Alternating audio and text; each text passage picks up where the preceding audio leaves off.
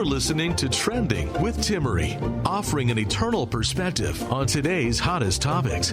National speaker Timmerie Millington has been a passionate advocate for life as long as she can remember, helping Gen X through Z answer the call to true feminism and authentic manhood.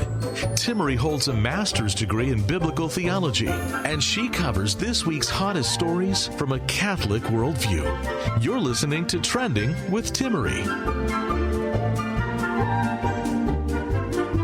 Food for thought. I was following this story that developed over the weekend. You may have heard that 8 pro-life advocates were actually arrested over the weekend for praying in front of an abortion clinic in North Carolina.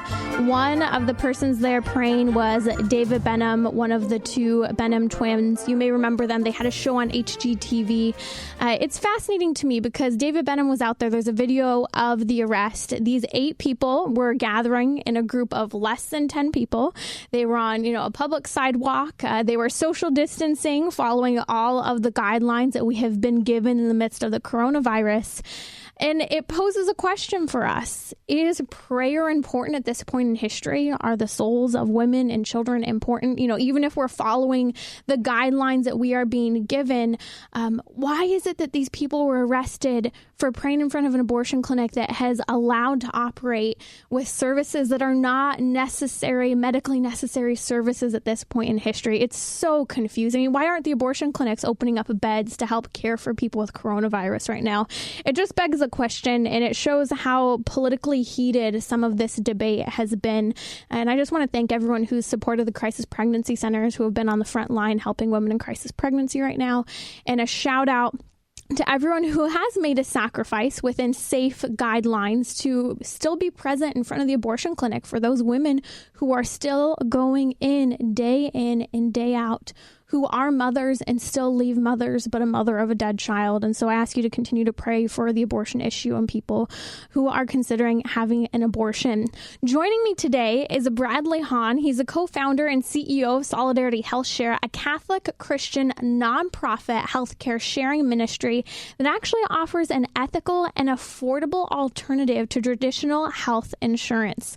Brad and I are going to be talking about everything from the inside scoop on the coronavirus. He's working with the Trump administration Health and Human Services right now, to talking about advanced healthcare directives and what we should do to better handle end-of-life decisions that maybe might be a little more in our face right now, given the crisis of the coronavirus. So again, welcome to Brad Hahn from Solidarity HealthShare.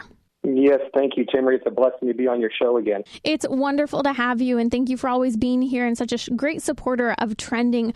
We wanted to talk specifically about part of what we're going to see in terms of changes, long-term changes because of the coronavirus in the healthcare industry. I know I'm looking at some things that are saying we're going to see there was this shift before the coronavirus to downsize hospitals and to maybe even, have fewer hospitals and increase telemedicine.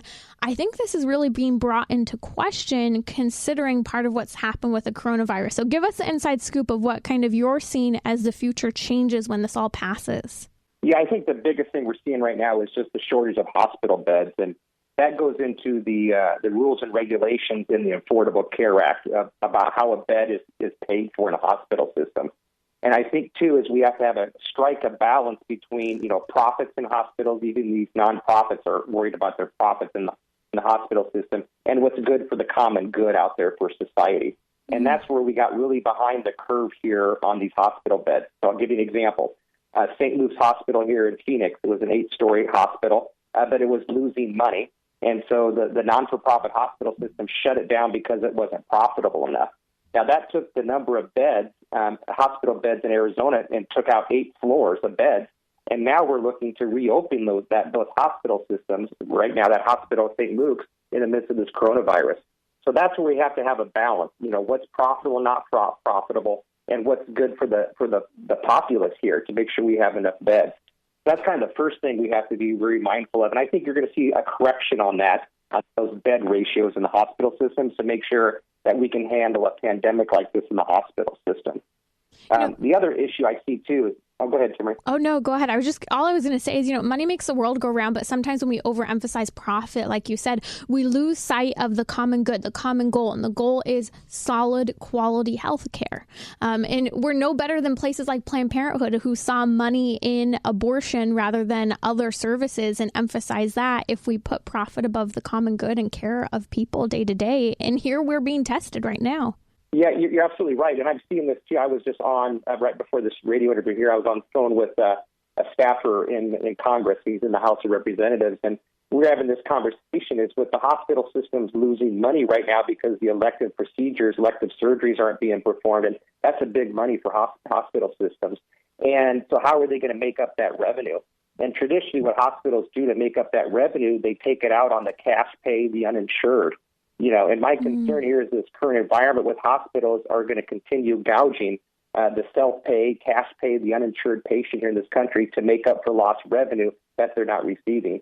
And so that's what I'm working with Health and Human Services in Congress on right now is how do we protect the little guy? Because if you don't have a job and you're unemployed, you don't want to go into a hospital system and pay, 1,000, 2,000% above what Medicare would pay for your same service. So we're trying to build protections into these stimulus bills to protect the common good and protect those people that are less fortunate. As you said, you're working with high-level advisors there within the Trump administration in the midst of this crisis. Tell me, as CEO of Solidarity HealthShare, you've been working even with Health and Human Services. What are you learning right now about what's happening with the coronavirus? Well, I think a lot of it is operation where they thought with the early memos that came out of the White House, and this finally went public today, I noticed on one of the news websites, is that they were estimating the internal sites were about 2 to 3 million deaths if they didn't do some kind of stay home, protection nationally. And so now they're going to try to curb the deaths down to a couple 100,000. That's their goal, and it looks like we should be, prayerfully, hopefully, far below that. And so that was kind of the initial reaction, what caused this chain reaction to trigger a lot of these shutdowns at the state level. But what I'm most impressed with is the Trump administration, and they're always trying to protect religious liberty. And I'll give you an example. There's a program right now called the Paycheck Protection Program, where even nonprofits now can apply for this program to get their payroll paid, and the debt would be forgiven by the federal government if you use this loan for payroll for the next 3 months.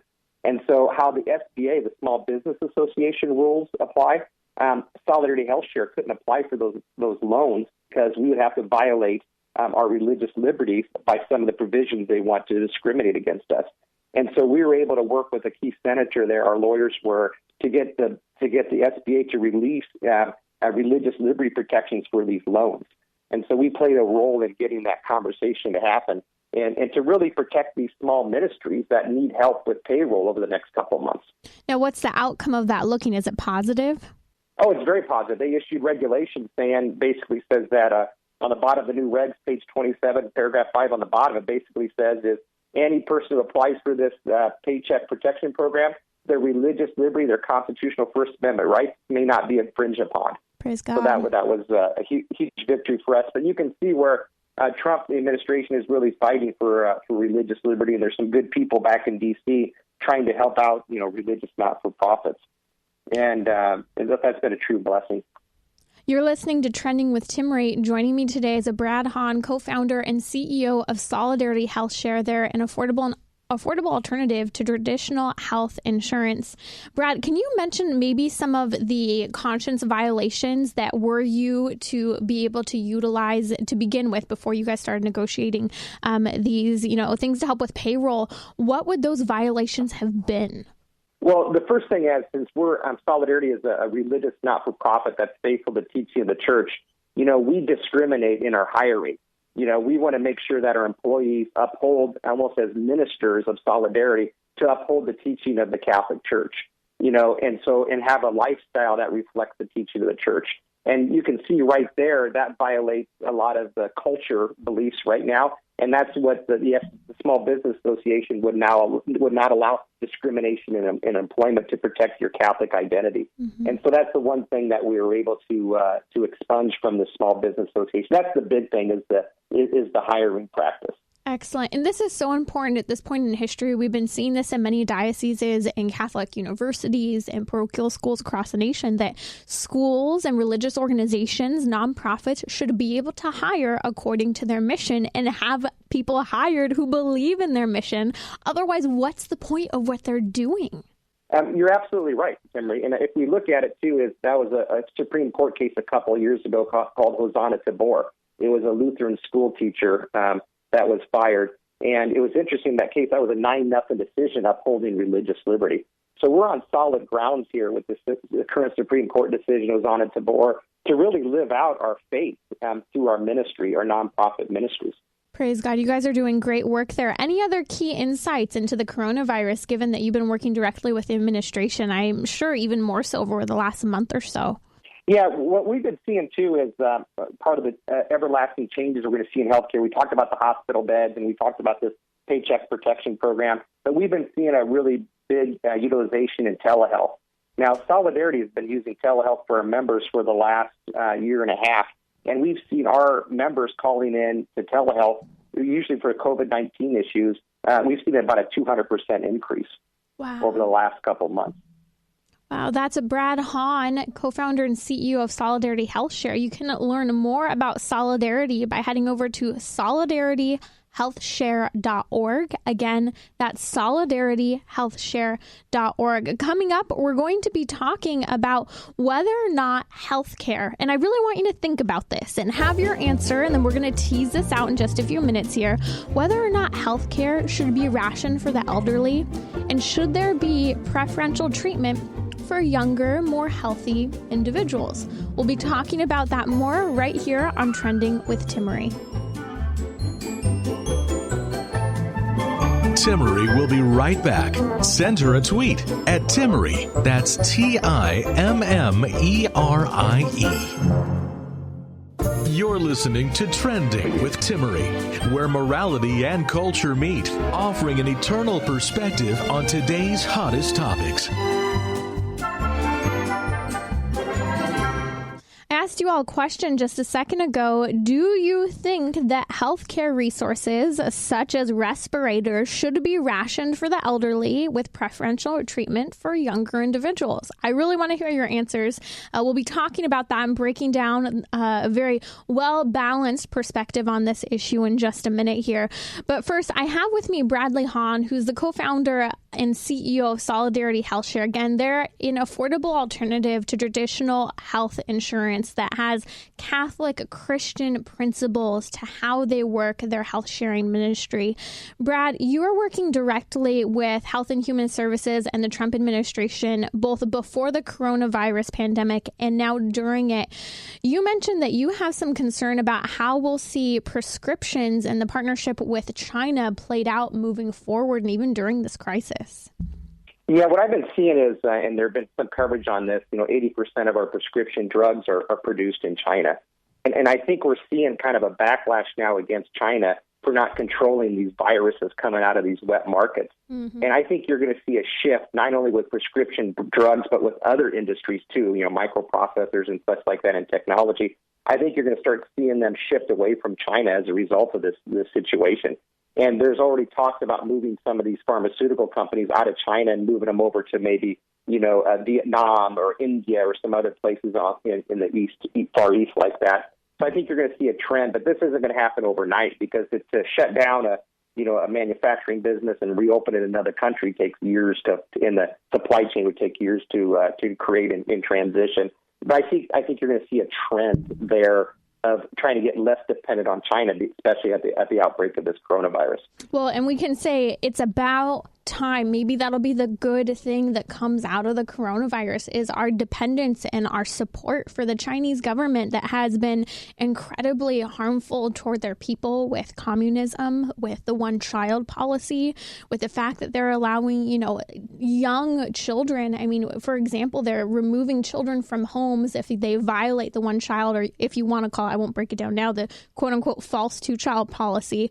They're removing these children from the homes, from their parents, and then they end up in an orphanage or on the black market. And then in China, I think once the kid hits about 13-ish, the child is considered an adult and is just put on the street from the orphanage without any type of birth certificate, any type of right to medical care. What they are doing to their people is atrocious. And so to be able to pull some of that industry out of China is a very, very good thing. Yeah, that's what we're going to have to do. And I think that's where the free market principles can come into play here, too, is United States companies do not want to be shut down for prolonged times, and especially with China, the main people behind the outbreak of this is it's time to look for alternatives. You're listening to Trending with Timmerie. With me today is Brad Hahn, CEO and co-founder of Solidarity HealthShare. Brad, I was just asking the question, should there be preferential treatment for young people over giving the elderly certain things such as respirators? And I want to throw, two scenarios out here, because sometimes we think, yeah, well, of course we should, try to care for people who have a higher likelihood of recovering. And that might be your attitude. They have all their life ahead of them. But there are two scenarios here. On one side, I'm thinking of the movie A Quiet Place. Came out a couple years ago, where if you make noise, these monsters are going to come after you and try to kill you. And the father made the ultimate sacrifice for his family, gave himself up to the monsters, and died a heroic death, offering himself up for his family. On the other end, imagine two people in a room right now having to do with the coronavirus. Both are ill, and instead of, for example, the person choosing of their own volition to give up their respirator, like that heroic priest we heard about in Italy just a few weeks ago, and save the life of a young person, a doctor and other people are choosing, we're not going to give that respirator to this person. We're just going to choose to give it to this person because they're younger. Totally different scenarios, yet we'd think, this is the better thing. What do you think about this healthcare rationing crisis that we're in the midst of? I mean, Washington State just a few weeks ago was talking about how they would ration healthcare for the young over the elderly. Well, this rationing of healthcare, what we're seeing in this country, is not something new just because of the COVID-19 virus. It's based on an argument of utilitarianism. Is if you're no longer an active, productive member of society, you're no longer a viable resource to society. Therefore, we can extinguish you and kill you. That's what these euthanasia laws that are popping out throughout the state. And one of the most alarming court opinions I've ever read was out of the state of Montana, which they euthanized an older man there, and they basically used the utilitarian argument there. And so I think what we have to do is retract this whole thinking on utilitarianism, especially when it comes to life, and get our culture re-educated again on the value and respect for dignity of all human life. Now, with that being said, there are some very difficult decisions that have to be made. And you hear examples of heroic virtues, of a heroic death to give up. That's that person's call to make. It's not the medical system or the doctors. But you do have to look at Catholic, moral teaching on this too, is what's considered ordinary and what's considered extraordinary care, or sometimes they refer to proportionate or disproportionate care. That comes into this. And the example I like to use is this: here in the United States, I'm sitting here in Phoenix looking out at a beautiful 85-degree day today, and if I'm not being able to digest food or something like that, I got some digestive issues, I can go get feeding tube put in. It's very routine now. You can do it very easily here in a first world country like Phoenix in the United States. But if I was living up in the Andes Mountains, in South America at 10,000 feet where there's no feeding tubes, right, that could be considered extraordinary care. Because what would I have to do? I'd have to go down the mountain. I'd have to get on an airplane, travel to a big country. That burden it would place on me physically to get there could possibly be deemed, extraordinary. So I think we always have to look at when we treat somebody, is this ordinary care or, extraordinary care, proportionate or disproportionate care, and make that decision. But ultimately that decision, based on moral teaching and divine law, is up to the individual, whether to receive care or not. And I think if we just kind of keep that balance in mind, I think we can make some good decisions and really try to direct society away from this utilitarian approach. That's Brad Hahn, co-founder and CEO of Solidarity HealthShare. You're listening to Trending with Timmerie. You know, you touched on something earlier about how we have this utilitarian mindset with regard to people today. We see it in the abortion issue. If someone's perceived as maybe going to be born poor, well, there's this justification made that, well, they should be aborted. Or if there's this perspective of, well, the parent's not really going to want them, well, they should be aborted because they're not useful to the people who have maybe conceived them. And so, you know, we are very wasteful with people. And like you said, we're wasteful with the elderly as well. You know, we don't see the sage wisdom that's present in our elderly. We don't even see the basic value of a person, even if they weren't capable of doing anything, even if they were paralyzed. You know, we're giving this preferential treatment in our culture. It's something that all of us really kind of need to ponder a little bit more, because I think a lot of people could easily answer the question, well, yeah, maybe healthcare should be rationed for the elderly and preferably given more so to younger individuals. But that's not the decision to be forcefully made by a doctor rather than a person like that heroic priest giving up his respirator to another younger individual whose life he saved.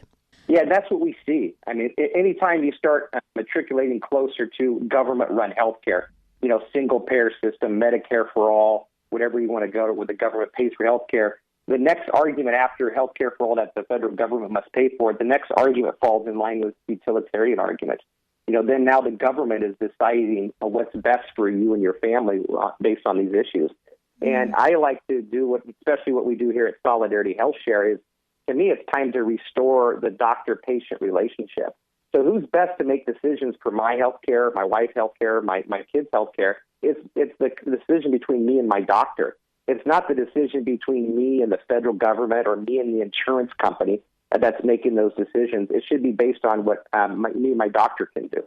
This is part of the reason why I love the work you guys are doing there at Solidarity, because you help to keep that patient-doctor communication clear, above board. You're able to help point people in the direction of things that they should be aware of. I'm also looking at stuff that came across my desk just a couple weeks ago from Freedom of Conscience Defense Fund and the Thomas More Society. They released a memorandum really addressing the fact that, again, there should not be rationing of healthcare, and that it's in fact discrimination if they're using age or disability as a reason for not giving certain types of health care to the elderly versus someone who's younger. And it's great because, Brad, this was picked up by so many secular entities. I mean, I even saw this memorandum picked up by Forbes magazine as well. It was incredible to see.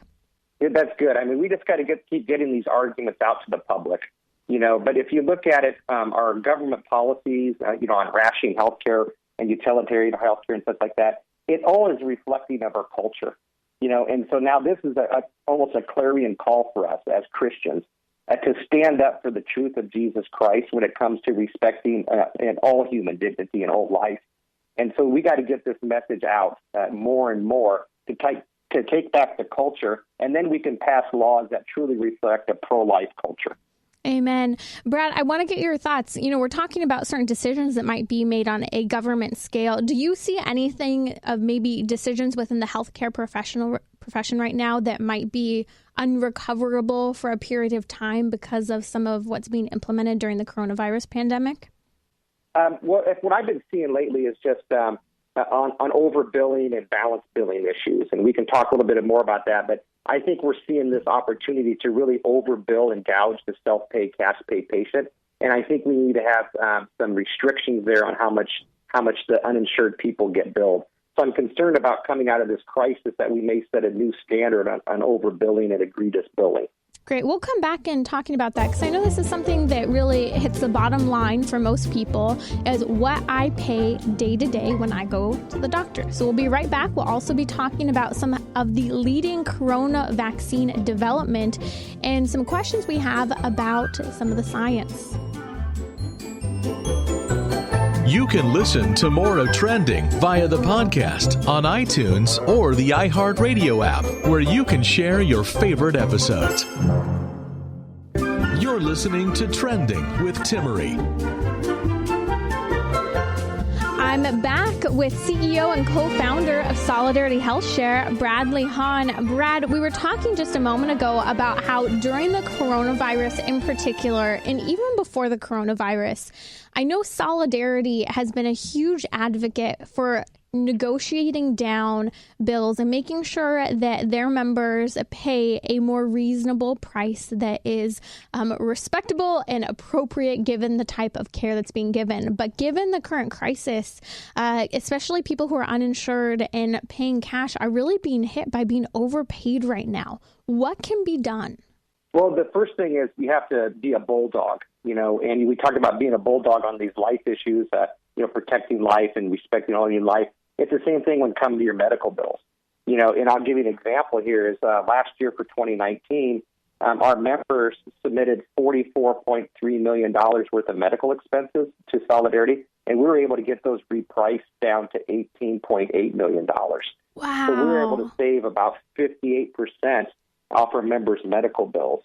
And sometimes it's hard work, Timmerie, because we see examples all the time where somebody goes into a hospital system and it's a $22,000 procedure. That's what Medicare would pay. But this Catholic nonprofit hospital system tries to bill this family $230,000 for this, And so you have to go there and fight and say, no, I'm not overpaying for these. I'm going to pay the $20,000 or maybe a little more than that so they can make a fair and just wage on this. But sometimes you have to push back on this. And we've seen this too. Is we had a little baby that was born by a member, and they tried to bill the family $3.3 million. And we were able to get that bill repriced down to under $600,000. So could you imagine how much they're overbilling if they try to, give a family a bill of $3.3 million? That's unbelievable. And I'm just looking at that number. You guys negotiated your bills, medical bills for that year for all of your members down by 58%. If you do not get the fact that you're being overbilled for your health care, it's something that you should see now. And like you said, you've got to be a bulldog. And I think most people aren't prepared to go through and look at the itemized elements and even get an answer for what a price would normally be for a certain type of treatment. I know last time you and I were on the phone, I was talking about how we were having to get for a family member a heart holter, and no one could give us what the price of that heart holter would be for a full month. And so a family member didn't even end up wearing it because we never knew what it would cost. And so we were concerned about, if we don't know what this is going to cost, why would we wear it if we end up paying who knows what out of pocket? Yeah, exactly. And that's what we're trying to do at Solidarity, especially on the physician side. And so God willing, on May 1st, when we launch our new software platform for our members are going to be able to go on there to identify what I call the nice and the naughty list for providers. So let's say I'm here in Arizona and my daughter needs ankle surgery and I want to go to this surgeon. Our members now have to call in to try to see if that surgeon will accept fair and just pricing, or they're going to gouge the family. And so we can direct our members' medical care to those doctors that are trying to do fair and just billing. And we want to reward doctors like that are trying to do the right thing. And so we're going to be able to set that up more online and have more interaction. So we can even really, save every last dollar. And I'm looking at the numbers now for this last March and February. February and March this last couple of months, Solidarity's averaged about a 64% discount on our members' medical bills. And so our goal is try to hit about 65% reduction in these medical bills. That's our goal going forward with our new computer and software systems.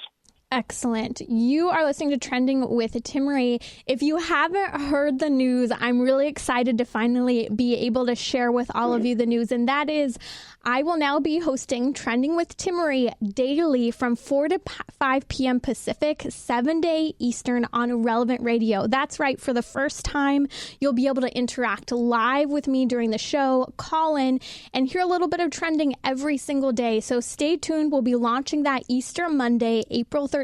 We're less than a week away. With me today is CEO and co-founder of Solidarity HealthShare, Bradley Hahn. Brad, I'm looking at some of the research that's coming out surrounding possible vaccine development for the coronavirus. Now, as we know, vaccines take quite a while to develop, and I know they're trying to push forward a speedier process for a coronavirus vaccine right now, but there's some serious concern, and I know you at Solidarity handle a lot of these difficult, morally compromised medicines. I want to get into that in a second, but I was looking at, here's the bottom line. Moderna, last I knew, was the leading developer for a possible vaccine for coronavirus, and they use a spike protein, and that spike protein is produced using fetal baby aborted cells. I mean, this is what we're talking about when we talk about David Delight and going in undercover. This is what he was fighting against, is the selling and manipulation of women and their children for medical science and, separate interest in killing a child so that they could use it for science. And what's unfortunate, Brad, is there are alternatives. I know Sanofi Pasteur is another organization, and they're looking at other ways to harvest and really develop and cultivate these vaccines that don't involve aborted baby cells. Can you provide us a little more information on this? Yeah, what the teaching of the church is this, Timmerie, is if you try to avoid those, you always want to avoid evil and do good any way you can. And so if there's vaccines out there that are not produced with aborted fetuses, then we're morally obligated to take those vaccines over the one that has the aborted baby cells in there. And that's one issue. And there are some good online resources where you can track to see which vaccines do not have those issues. But then if you do have one, maybe there's one vaccine out there that has no alternative. And then what we do is you have to kind of do your analysis of cooperating with evil. And so number one is it good to vaccinate your baby for this issue? In the overall health of the issue, it is. You could come out and say that it is. But then now the evil is you're using this stem cell line from aborted fetus. Then what we must do if we take that vaccine is to protest. Protest to the doctor, write a letter to the pharmaceutical company demanding an alternative. And that's what we have to do as Christians, is stand up for that truth and keep praying for resolutions that will require that. And we help our members do that here at Solidarity. People can call in, is this vaccine okay? And we got lists going through our chief medical officer that analyzes this to try to give our members an alternative. This is a very touchy subject. I hear people on the anti-vaccine side and I hear people on the vaccine side. They're very impassioned. There's a lot of concern. There's a lot of fear, and there have been a lot of health issues for many people within this debate. But when you bring in the abortion side of it, I think a lot of people just aren't that aware of it. Yet some of the most common vaccines we have, for example, even just, the chickenpox vaccine utilizes aborted fetal cells. Can you speak a little bit more specifically to that vaccine? Yeah, that's very problematic. And so then if there's no alternative available, then we have to go through, make a prudential judgment individually. Is it best for my family, going through that analysis I gave about what's best for my family health-wise?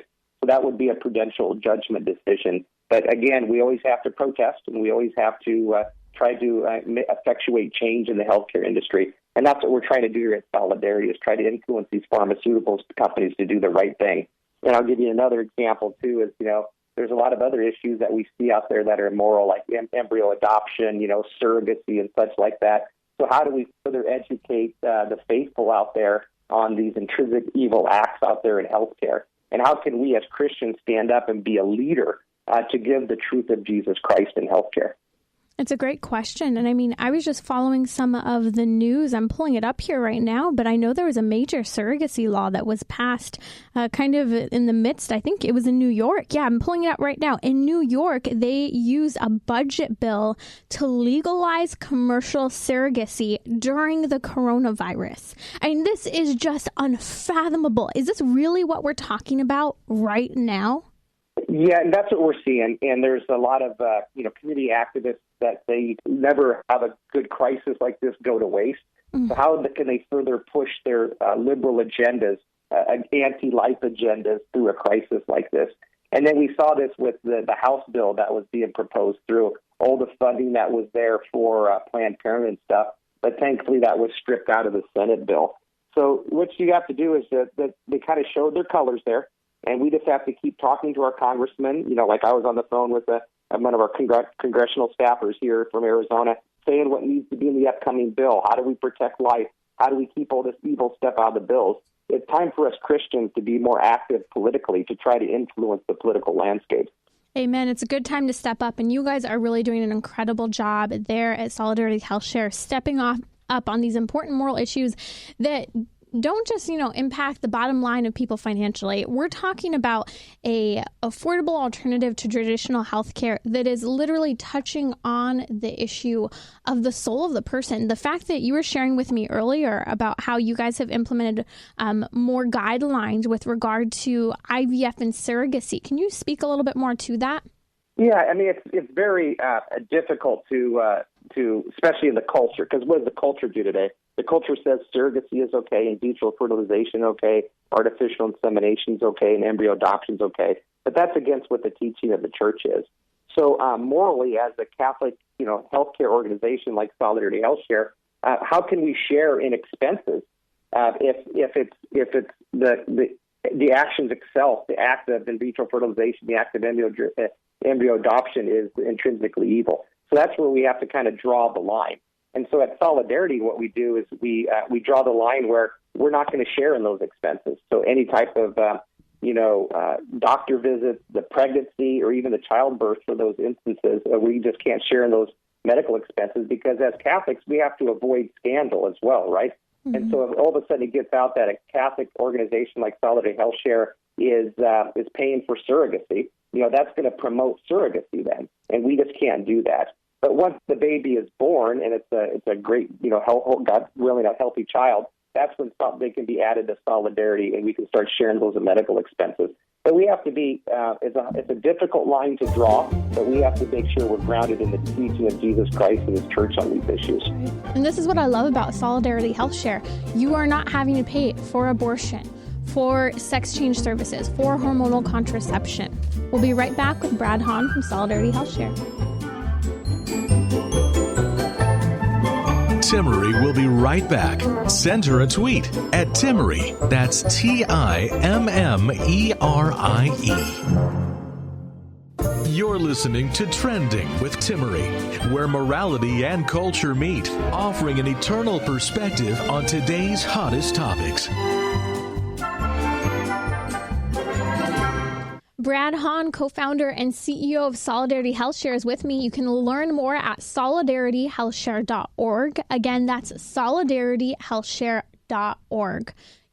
I think a lot of us are thinking about death right now, maybe a little more seriously than we usually do. And Grant, yes, the coronavirus pandemic is here, but I think as a Catholic, it's always a really good thing to keep our death in sight. We have a whole movement of the Catholic tradition with that phrase, memento mori, remember your death. A lot of the saints would have skulls on their desks to remind them of their death. And there are different wording. There's wording talking about how, I'm not going to remember where it's from, but where someone wrote the skull says to the person, what you are, I once was, and what I am, you soon will be. It's a reminder that we are going to die. And so both preparing our soul, going to confession is so important, but also what about those moments as we're nearing the end of our life and certain moral decisions are having to be made?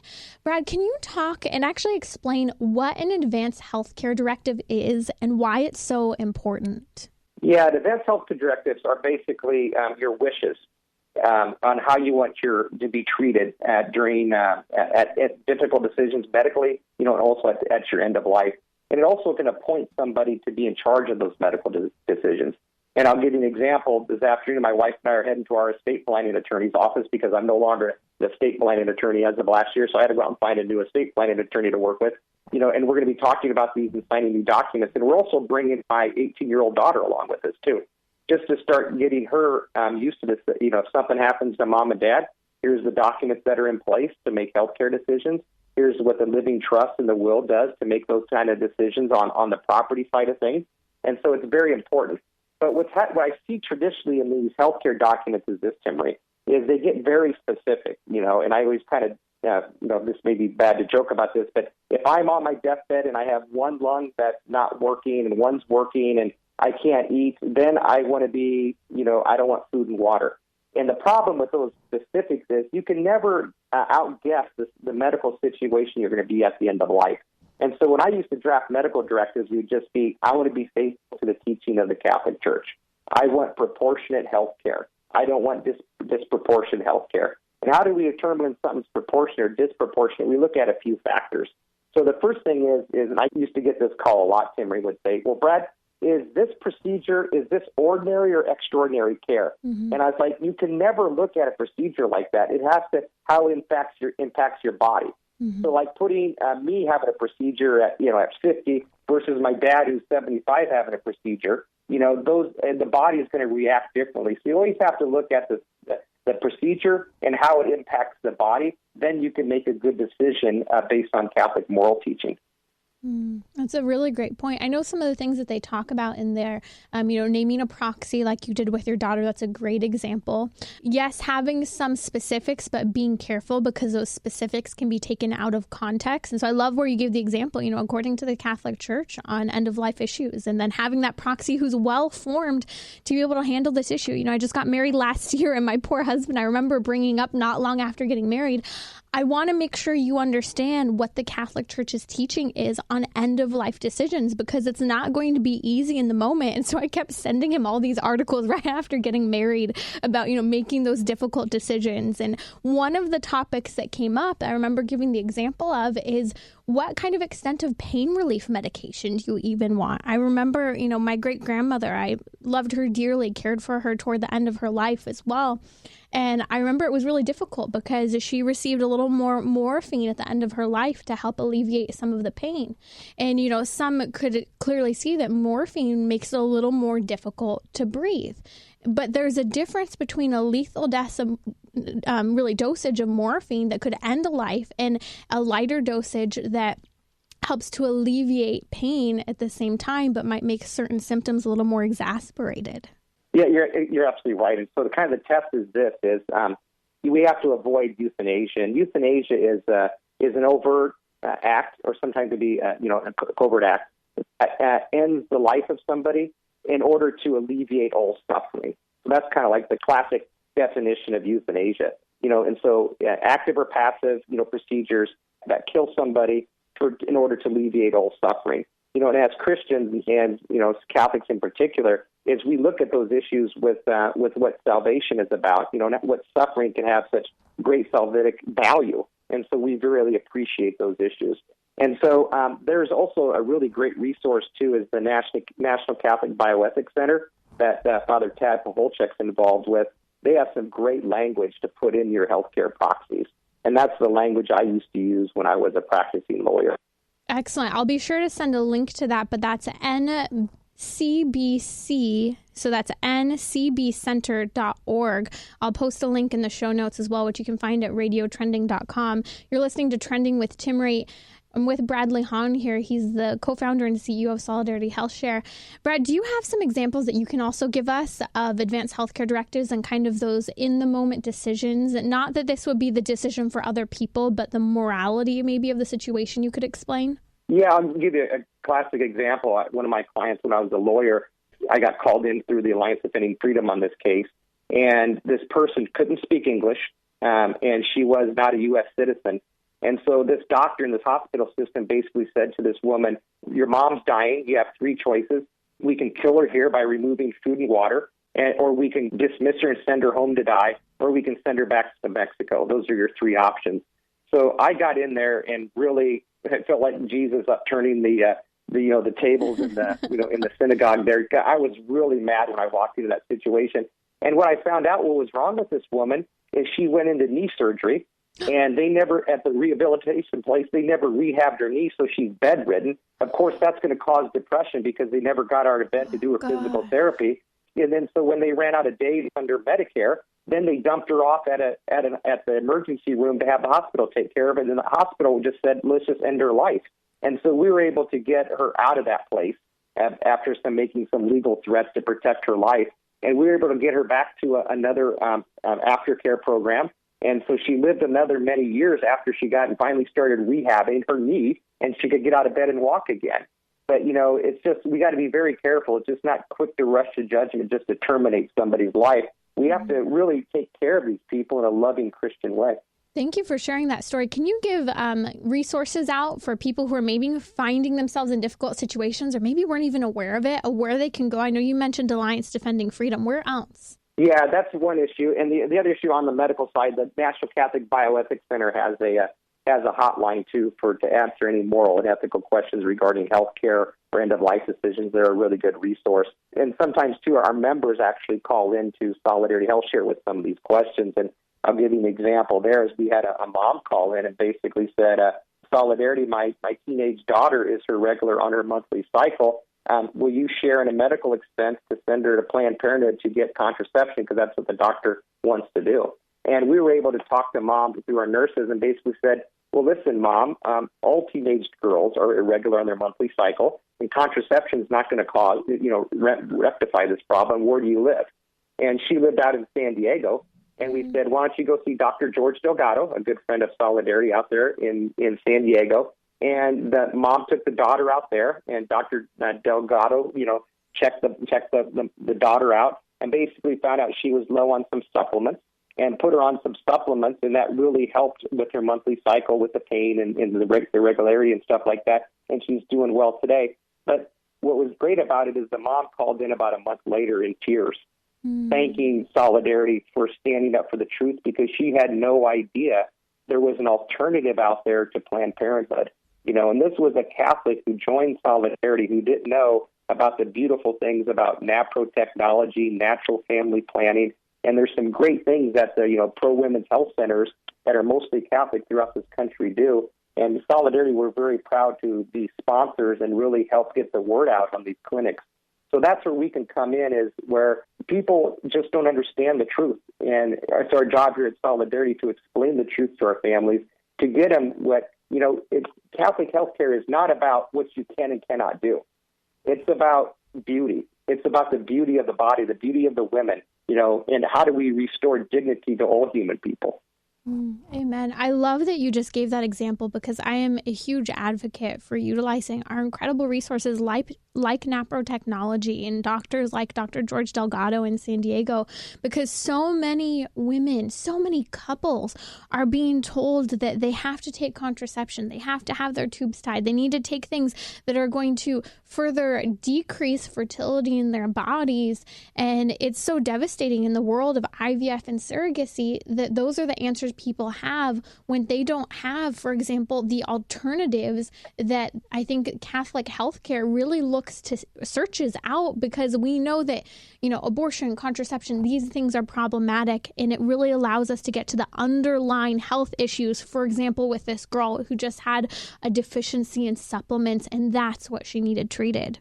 Yeah, exactly. And I think that's what we need to do is show how Catholic healthcare is true beauty and good, and let's do that, and let's get out and be proud of what we stand for, and be proud of these alternatives we have, because, the hospital systems were invented by Catholics, and it's time for us as Catholics to restore and reclaim an authentic Catholic healthcare system where we care about human dignity, we care about the human person, and we don't allow society to dictate those norms to us in healthcare. Brad, thank you so much for joining us. That's Brad Hahn, co-founder and CEO of Solidarity HealthShare. Where can people learn more about Solidarity? Yeah, they can reach us online at solidarityhealthshare.org. That's solidarityhealthshare.org. Or they can simply call us at 844-313-4999. Excellent. We'll have links to Solidarity HealthShare on the website as well. That was Bradley Hahn from Solidarity HealthShare. This has been Trending with Timmerie. To book her to speak or learn more about her guest, visit radiotrending.com. That's radiotrending.com. You can listen to more of Trending via the podcast on iTunes, Google Play, or the iHeartRadio app, where you can share your favorite episodes.